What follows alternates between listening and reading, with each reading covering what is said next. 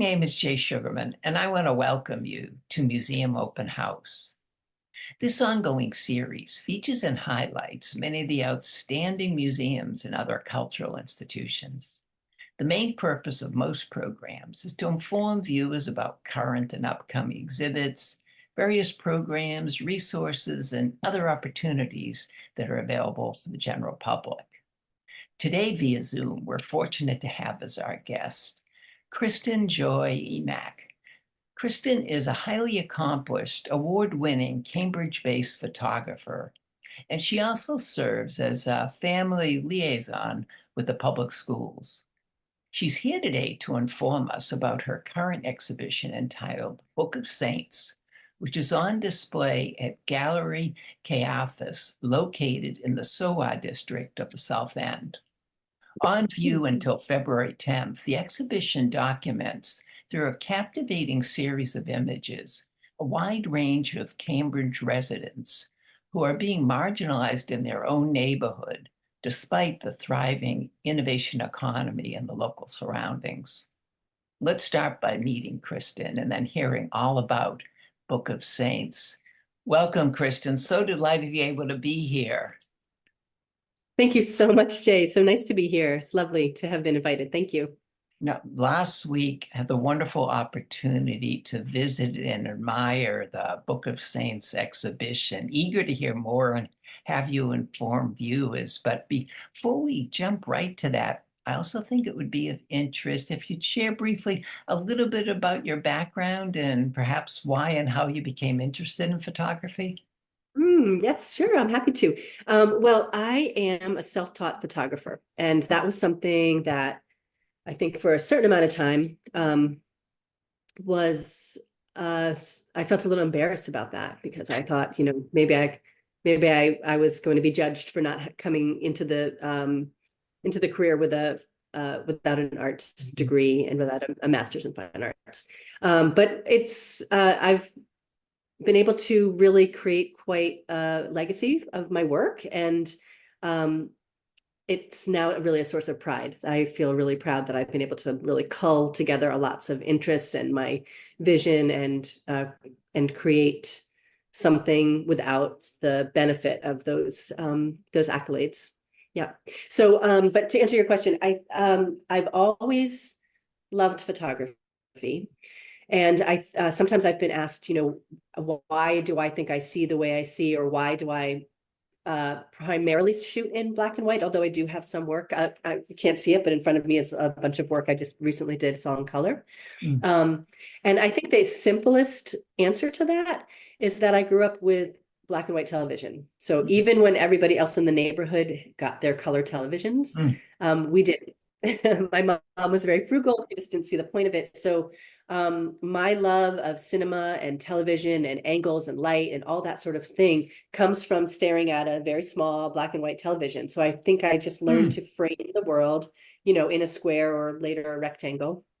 And then I really learned to value shadow and light. And I say shadow first because many photographers talk about their love of light and how they're always searching for the light. And I think I'm actually the opposite. And I think I search for shadow first, or see shadow first anyway, and then consider the image from that vantage point. So nice, yeah. nice. Well, why and how did the Book of Saints exhibition and related work come about? In 2022, well, let's see, what is that true? I think I'm going to misstep. No, it's 2022. In 2022, I became a Guggenheim Fellow and in the creative arts. And in order to apply for a Guggenheim, you need to present work that you have done and propose work that you plan to do. So I had an inkling of something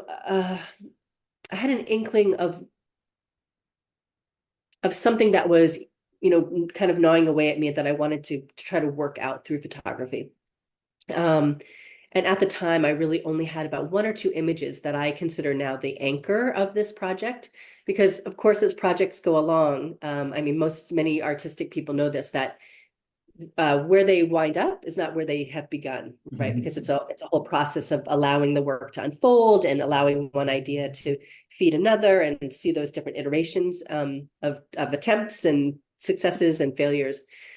So at the time I was proposing, at the time I applied, I was proposing this particular body of work, but it was called something else at the time. Um, and so that I would say that's like the sort of official seed of Book of Saints. Um, and we'll see one of the images that I consider like the anchoring image of the series, where I knew that I had something that I wanted to keep looking at, expressing, and building on.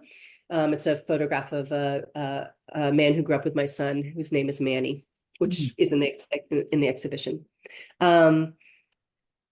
So it's been a couple of years of pulling together some images, and the show that's at Caiaphas right now is the first official unveiling of Book of Saints. So it's very special, very special. It's an ongoing body of work. For me, I actually feel like I'm really just at the beginning of it. And my previous body of work, Cousins, was a 13-year documentation of my daughter and my nieces. So I think I have a love of long bodies of work. I think it takes a while for me to work out what I need to say, and Mhm. until I get to a Mhm. place where it feels like a natural finish. Yeah. Nice, nice. Well, you mentioned a little bit about the inspiration, motivation for Book of Saints. Before we enjoy some of the wonderful images you're going to share with us, how would you frame the mission of this piece of work? Well, work about gentrification is not actually like necessarily new. There's many good creative people creating work about gentrification, but there's something happening in Cambridge that's a very specific type of gentrification. Cambridge is becoming like a little Silicon Valley, Mm. and it is uh, now it's one of the 25 top innovation cities in the country. And what that means by a city being an innovation city is it just means that our economy is fed by tech industry. And there's a lot of wonderful things that come with change and growth in a city. And it doesn't take a lot to look around, and I can certainly point to many, many wonderful things. But there is also like the flip side of that is displacement, and that may be actual physical displacement, or it may be displacement of our views. One of the things I was talking to my son about recently is that if I go to the left of my apartment or to the right of my apartment, the view has changed in both of those spaces. So what was once open and vast, and I could see things, has now the view's been crowded Mhm. with tall buildings. So, but I did this every once in a while. I do some editorial work, and I have worked several times with Cambridge Community Foundation, and they're a philanthropic organization that is really looking always for ways to amplify and support social justice Mhm. enterprises and artistic enterprises and anything that's community based. So I did this work with them a few years ago, and with one of their brochures. And what the brochure was about was, it was really breaking down into numbers in a very palatable way, which is important for someone like me who's math dyslexic. So really identifying what changes were happening demographically, economically, and who was most affected by the changes. And the thing that was most poignant to me was who is going to be leaving in the city. So it's not just that it's opinion based, but it's an evidence based document Mm. based on information collected from, well, some of the information is collected from the 2020 census. Um, and we have evidence that lower income families and families of color who are lower income here the numbers are dwindling. Mhm. And that's just an extremely painful fact for me to reckon with. That's for multiple reasons. And so one of the very personal reasons, of course, is that and this may be what you were speaking to, is that I've raised my own children in public housing. Mm. So I'm not looking from an othered perspective about what it means to live in a place that you can't afford what's coming up around you. And it just also means that I'm really tuned in and have some skin in the game in terms of the challenges of being a lower income family.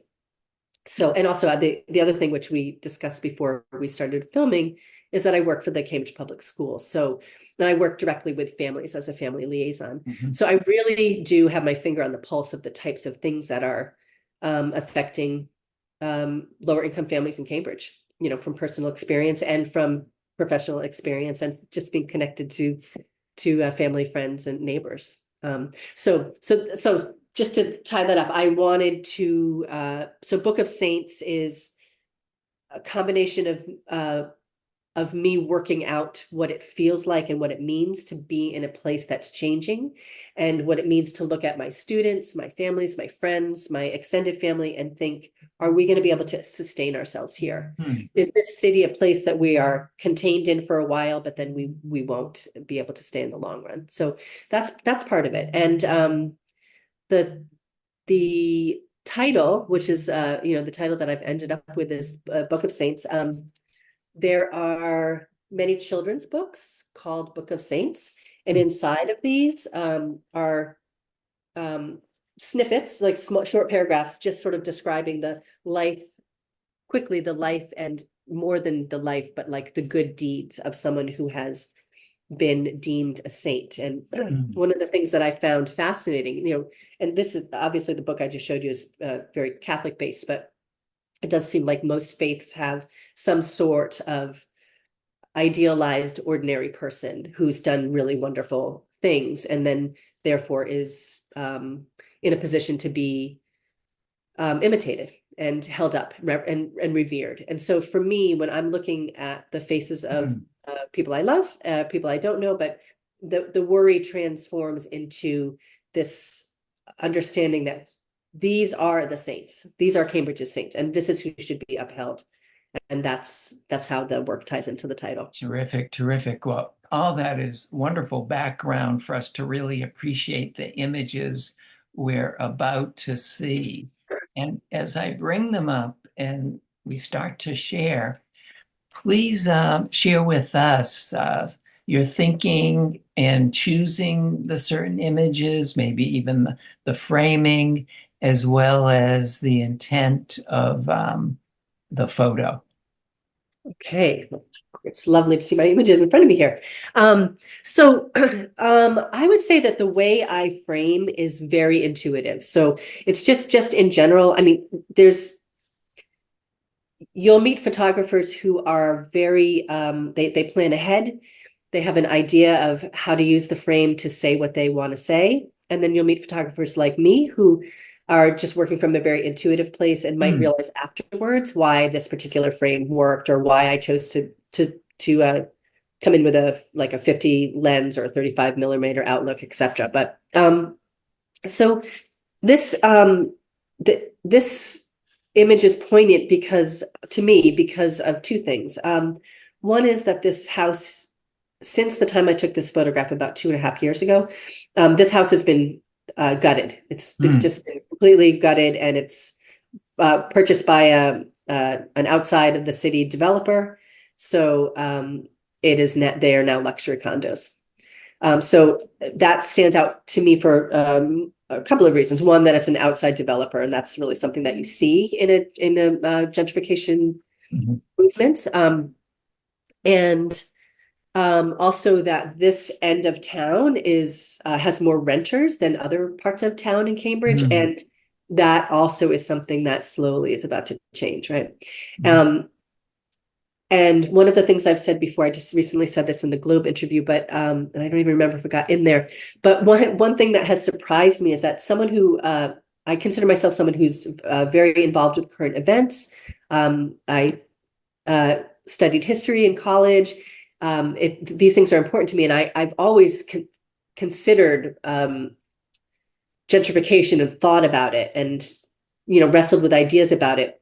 And I was very surprised to recognize in myself that I didn't see it as it was happening around me. And it's, it's a very slow burn. It's really starts very slowly. It starts one street at a time, one neighborhood at a time. Um, and or changes in the school district, for instance. So it was quite a shock at some point when I actually realized that there was this intentional, slow transformation of the city, and Mhm. that it was happening without my even recognizing it. So if I didn't recognize it, I wonder, who does, who sees those things. And the other reason this image is poignant to me is that you can see in the left bottom corner there's a bush, and in front of this Mhm. bush I photographed two girls that we're going to see another image of shortly, and I'll tell the story about this bush and why it's poignant to me at this point when we get to Hey, that. for the sake of time and we can enjoy some more of the images, let's move on. And just a quick word about either this gentleman or the intent of the photograph. Well, this is the anchoring picture to me. So this is Manny, and I didn't know, I knew of Manny when I took this photograph, but I didn't know him. We now have created a collaborative relationship with a video that I've made about Cambridge, and that uses one of his original soundtracks. So it's lovely to look back at his picture and know that at this moment I didn't have that connection with him, but this was taken in 2020, in June of 2020. So after the death of excuse me, I would like to say that correctly, after the murder of George Floyd. And this was um, a protest on Harvard Square. Ah, And Manny had caught my attention because he was in the crowd with a lot of really passionate and very intelligent questions for the people who were speaking. mm. So at the end of the gathering, I just went up and asked, do you mind if I take your photo? I took 3 frames, and this to me just really is like the image that pulled everything together for me, and it's really like the pain, I think, in his eyes in this image that ground me. Oh, yeah, no, it definitely comes through looking at his face. It's piercing. Yeah. Wow. Well, again, we could hear more, I know, but want to enjoy a few more before we have to wrap up. This, I really appreciated the multiple layers to this one.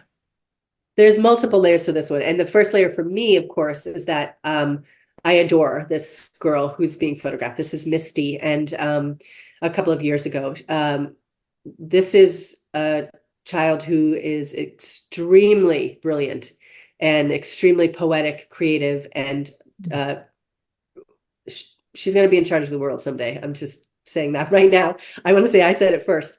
But this image is, of course, it has the layers of somebody looking through a window, us gazing back at her. There's lots of reflection, and the reflection is a human reflection, a human gaze, an interchange of gaze, and also you see these different elements of a changing city, held in this Hmm. latter image. Oh, fabulous, fabulous. And I think this is the image, the individuals you're referring to a few minutes ago. Yeah. Yes. So, one thing I didn't share with you is that my hope for this body of work is also to do some writing. And where I want to start with the writing, I would imagine probably an essay form, is to start looking at and explaining some of the gaps that exist um, in a place like Cambridge for lower income families. So we are very familiar as a culture, at least, here in the Northeast, to talk about things like achievement gap. Of course, I work for the schools, so this is something that's a very common terminology. And I would even say that now, maybe in Cambridge, after everybody needed to be on Zoom or Google Meets to go to attend classes, we know that we're sharply aware that there's a digital divide also in a city that's as progressive as Cambridge. Um, So there are things that but there are hidden gaps that I'd like to write about. And I would like to call some attention to the things that happen here that perhaps we know as an intellectual community or as a community that's bookended by MIT and Harvard, um, that we may know in an intellectual way, but not understanding that these types of things happen to our neighbors, our students, our daughters' friends, our sons' girlfriends, etc. That these things really happen. And so I say all this to give you the context for this image and why these two girls are the images are together. So Clara and Rafa are best friends, and and they are standing in front of the bush that I shared in the previous the first image that you shared.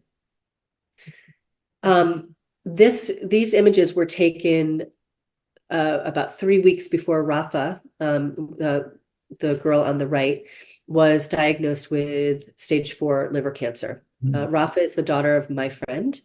And the story that I want to tell about Rafa, that I will tell about Rafa, is that she had symptoms, and she was very clear about her symptoms for a year and a half before she was diagnosed. And Rafa went to the hospital multiple times and was released with the diagnosis of period cramps or dehydration. Mm. And this sounds shocking, but to many families of color, this type of medical racism, this gap in medical care exists. And, you know, the heartbreaking part of this story is that Rafa, by the time she was diagnosed, she fought her cancer for a year and a half, but she died this August at home with her family.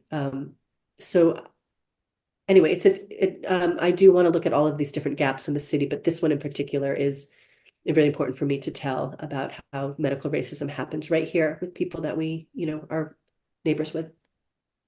No, very powerful story, very powerful. Um, as we continue, I'm going to go through them a little bit and would just like to hear your thoughts of what's been the reaction and feedback you've gotten as we let viewers enjoy some of the photos. What's been the interaction you've heard Mm. about your work? Well, it was really lovely to be in the gallery.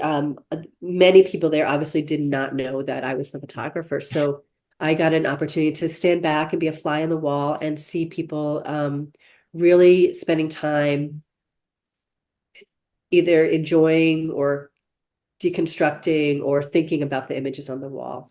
Um, and and that's been great. And I think it was also wonderful to have so many young people come to the gallery, a space that maybe they had not felt was a space for them before, and find their way there and make it home. Nice, nice.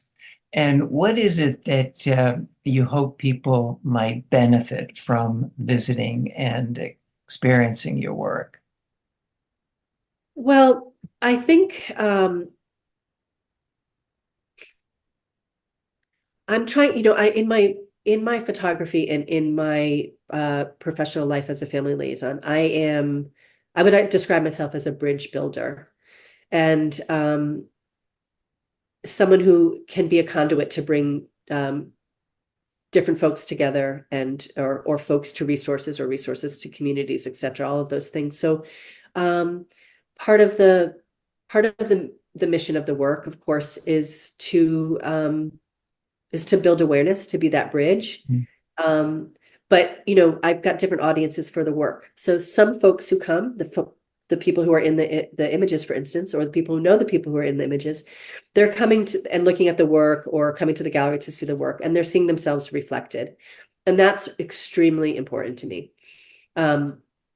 So there's a sense of delight and relief that seeing images that are truly authentic to what their life experiences is like. So there's that.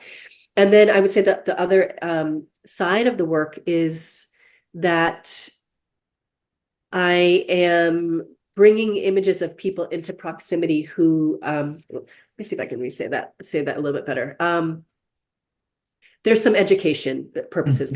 behind, intentions behind this work. And it's the part that I was mentioning to you before, that I am saying, these are the people who should be venerated. And so these are the saints. And so see them as that. And, and I hope that with my work, with this body of work and my previous body of work, Cousins, that there's some understanding growing, and some internal bias being challenged and softened and opened. Most definitely, most definitely. We only have a couple minutes left, but would like to hear a few more words about the Cousins Sure, project. And sure. again, I'll scroll through as you share the intent of this long-term project, as you mentioned.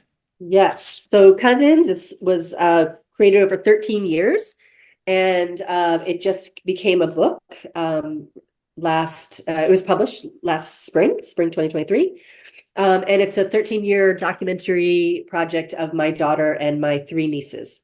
So it's the quickest and easiest way for me to describe Cousins is that it's grounded in love, because these young ladies are my world. And I think this body of work offers the same bridge building that Book of Saints does. But I also think that there's two really important points about Cousins. Um, it's a long-term body of work about Black girls growing up, which is we don't have enough of those images.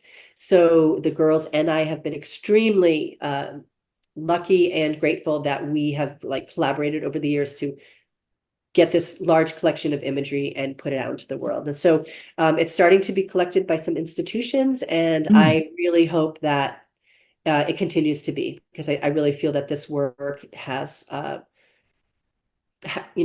provide the longevity of it, and the possibility for um to have this work in spaces where work of Black girls is really important to us. So there's that. But also I just want to say that another, even though it wasn't the mission of the work, one of the wonderful aspects of the work is that it's a story about girls that does not end in uh many stories about girls growing up over time, is that it starts with girls being innocent. They go over this arc and they wind up either disinterested or interested in dating only, or not innocent anymore. And that's like a very typical trope. And I feel like with this work, it just naturally, that trope was broken, because the girls remained very self-focused, focused on each other and connected. So those are the parts. Wonderful, wonderful. I'm glad we got to hear a few words about that project as well. And I wish we could hear more and more because you're so articulate. Your work is so powerful. But unfortunately, we've come to the end of our time today. I want to thank you again so much, Kristen, for taking the time to be here, for sharing Book of Saints. Encourage people to make their way to the gallery, have until February 10th, as well as follow your work on website, which we'll have in the credits, and look forward to staying in touch and your future developments. Very exciting Thank you. pursuits. Thank you so much, Jay. And if people need, younger people on here can also find me on Instagram. It's a quick way to find me too. So Great, thank great. you so much for the opportunity. It's great to talk about the Oh, work. it was our pleasure. Also want to thank those of you watching for joining us and hope you'll be able to tune in next time.